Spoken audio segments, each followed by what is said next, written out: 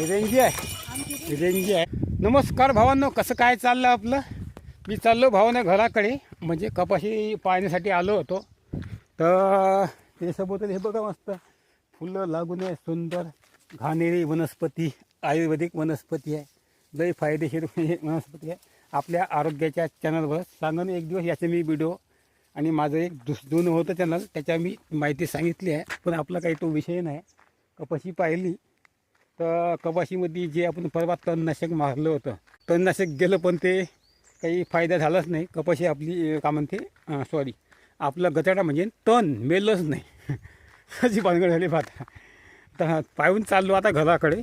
आता नाराज फारच झालोच नाही, कारण तर आपल्याला जसं लोक आले आहे, सर्वच जगले आता यावर्षी नाराजी आहे. मग आपण दुःख का घ्यायचं म्हणलं, आपण हसत राहायचं, जसं आहे तसं जीवन जगायचं.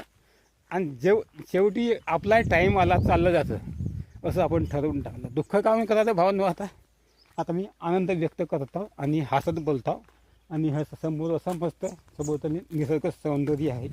मन नाही होत आजपर्यंत, मन नाही हे निसर्ग सौंदर्य असलं समोर तरी दुःखच वाटे माणसाले, कारण तर समोर शेती खराब दिसे. पण ते मी आता काढूनच टाकलं मनातून. कितीही दुःख राहते म्हणलं, दुःख काही आपण व्यक्त करायचं नाही म्हणलं. तर असंच चाललं सध्या माझ्या जीवनामध्ये. फक्त जपून चालायला लागते भावानं, कारण तर परवा नाही का ते तर होता साप. एक व्हिडिओसुद्धा काढला होता, तुम्ही तो व्हिडिओ पाहिला असेल कदाचित. तिथं होता भयानक साप. असं तसं मी त्यावेळी लागतं होता ताणतणाव. त्यावेळी ताणतणावातच मी चाललो होतो. समोर म्हणजे तसं दिसलं, झाडा खाली दिसला होता साप. ते लोकांचे बैल बनवून आहे लोकांचे. आणि असं पायवाट आहे, पायवाट चालली आता आपल्या घराकडे. आणि इकडूनसुद्धा कोणाची बंडी येत आहे.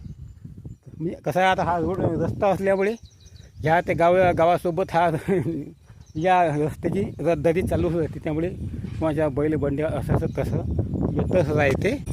हे बघा, बैल बंड्या, रेंग्या, दमण्या, अनेक गोष्टी राहते गावाकडं. हां, रेंगी आहे, रेंगी आहे, रेंगी.